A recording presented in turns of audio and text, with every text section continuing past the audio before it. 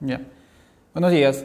Les habla Alex Juárez Cusirimay, residente de tercer año del Servicio de Hematología del Departamento de Oncología del Hospital Nacional Daniel Alcides Carrión.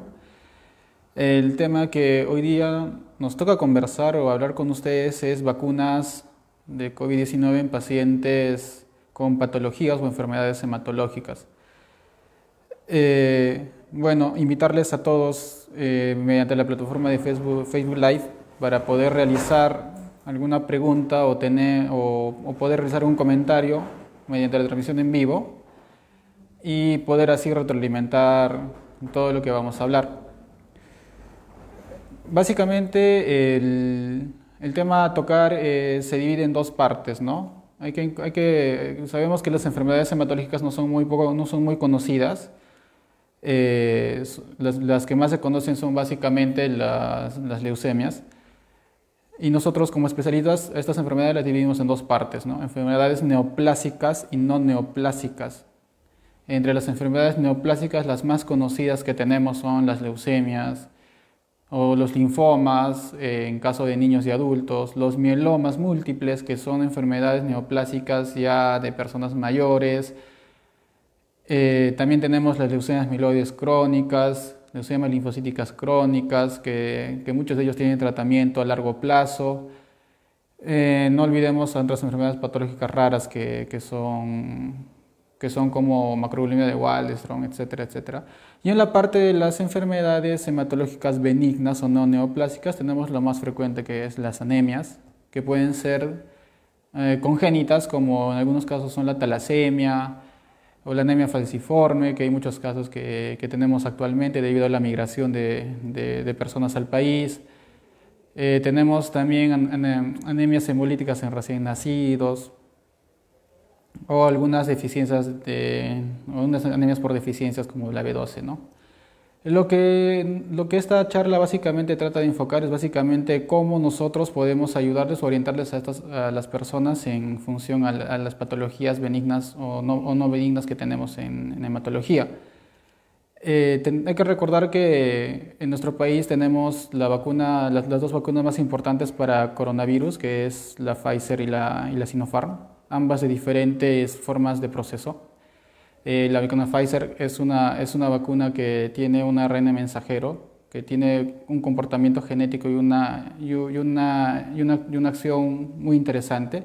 Hay que recordar que no tiene componente del virus, ¿no? Y la Sinopharm, que es un virus atenuado, que básicamente es un proceso más simple y con una buena acción.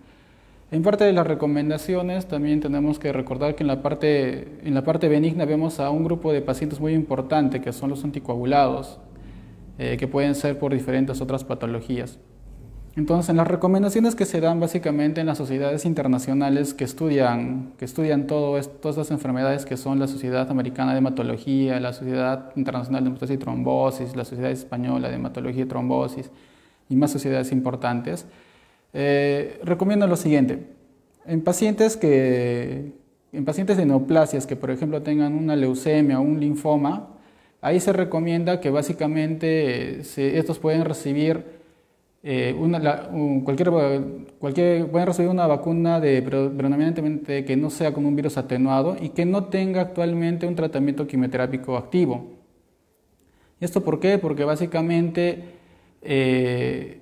un virus atenuado no nos va a dar una buena respuesta o una buena respuesta a la inmunidad, ya que un paciente con quimioterapia tiene las defensas depletadas. También dan recomendaciones sobre el tipo de enfermedad, ¿no? Si tenemos una leucemia linfática aguda en quimioterapia, pues es preferible valorar riesgo-beneficio. Nosotros no vamos a sacar un paciente para vacunarlo antes de darle el tratamiento. Otro punto también es cuando los pacientes están con quimioterapias ambulatorias, lo que dicen es que valorar riesgo-beneficio. Es importante, hay que valorar el hecho de que llevar a un paciente hasta un centro de vacunación va a ser más perjudicial que el hecho de que el paciente reciba su quimioterapia nada más. Lo que podemos hacer es esperar a que cumpla su tratamiento y cuando el paciente ya tenga una inmunidad más controlada podamos recién vacunarlo. En el caso de las enfermedades no neoplásicas como las anemias, que son de origen constitucional, origen genético, que son las anemias falciformes, las talasemias, ahí no se tiene ninguna contraindicación. Sabemos que actualmente están aperturando la parte de vacunación de enfermedades raras y hay muchos pacientes que acuden a nuestro consultorio a preguntarnos si pueden o no ser vacunados. Se recomienda que sean vacunados siempre y cuando también observando con mucho más ahínco la parte de los efectos adversos de la vacuna.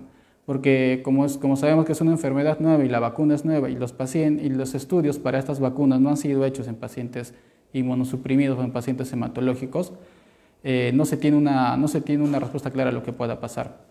De todos modos, se les recomienda la vacunación por más beneficio que un riesgo, ¿no? En el caso de los pacientes anticoagulados, que también acuden muchos a los controles, no se tiene ninguna contraindicación en la parte de la administración, salvo el paciente se encuentra con un sangrado activo evidente, que es ya una patología que se tiene que manejar en emergencia, ¿no? Que es muy distinta. Pero si tenemos un paciente controlado con valores adecuados de INR en la anticoagulación con warfarina, si tenemos un paciente estable, ese paciente puede recibir normal la vacuna. Sea tanto la vacuna Sinopharm o sea la vacuna de Pfizer, ¿no?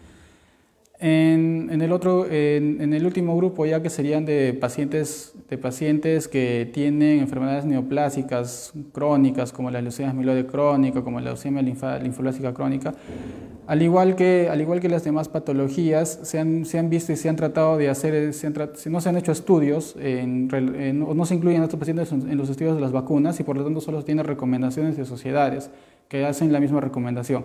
Se tiene que valorar el riesgo y beneficio del paciente. Un paciente con leucemia amiloide crónica que tiene más beneficio que ser vacunado y menos riesgo de contraer la enfermedad tiene que vacunarse.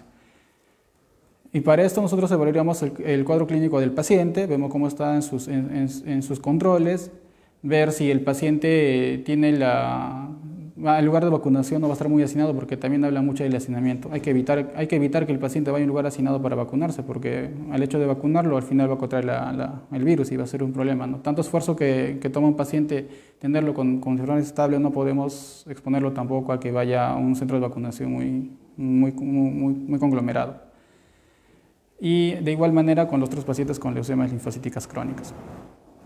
En patologías raras, que hay algunos pacientes que tienen anemias aplásicas, a ellos sí hay que tener mucho cuidado porque si tenemos pacientes que están recibiendo tratamiento inmunosupresor, como son los inhibidores de calcineurina, ellos saben que reciben ciclosporina, ahí no se recomienda mucho dar la vacunación. ¿Por qué? Porque no va a haber un beneficio importante, ya que no van a poder formar anticuerpos posteriormente a la vacuna.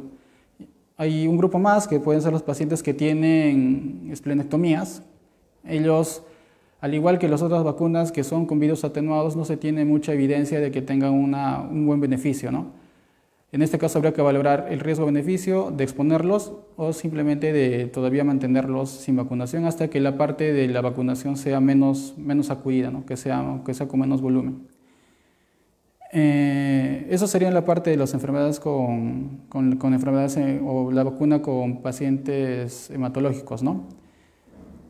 Bueno, ahora si hay alguna duda, alguna pregunta sobre lo que se ha hablado, sobre lo poco que se les puede explicar en este caso, porque lamentablemente no se tienen los estudios de las vacunas, no se hacen en pacientes inmunosuprimidos, no se hacen en pacientes hematológicos, pero se trata de ayudar en la información que se tenga a todos ustedes, dándoles la recomendación más adecuada. Si tienen alguna duda, algún comentario, podrían comentarlo mediante el chat o mediante los comentarios de Facebook Live. Ahora, hay que también recordar que nosotros como servicio de hematología recibimos muchos pacientes que a veces no tienen el alcance de poder venir. Tenemos también nuestro servicio de teleconsulta. Sería bueno también brindarles el número para que ustedes puedan acudir o puedan escribir un mensaje, ya que nosotros no podemos a veces atender a todos los pacientes que vienen, ¿no? El número de teleconsultas es el 921-808247. Este número pueden sacar su cita vía WhatsApp y nosotros gustosamente les vamos a atender. Recordad que los pacientes hematológicos no hay que exponerlos mucho mucho a lugares contaminados, ya que una infección para ellos es muy severo, ¿no? Recordad otra vez, el número es 921 80 82 47. Pueden escribirnos pacientes o algún profesional de salud de alguna red que tenga alguna duda de un paciente para poder hacer una teleconsulta, ya que estamos siempre dispuestos a ayudarles. Bueno, esa sería la parte de la charla, un poco corta, pero espero que les haya ayudado en la parte de la información. Cualquier comentario o duda, escribirnos al número que les menciono y así poder nosotros resolver todas las inquietudes que tengan, ¿no? Un saludo, esperemos que les haya sido de agrado la pequeña charla y estamos siempre a sus órdenes.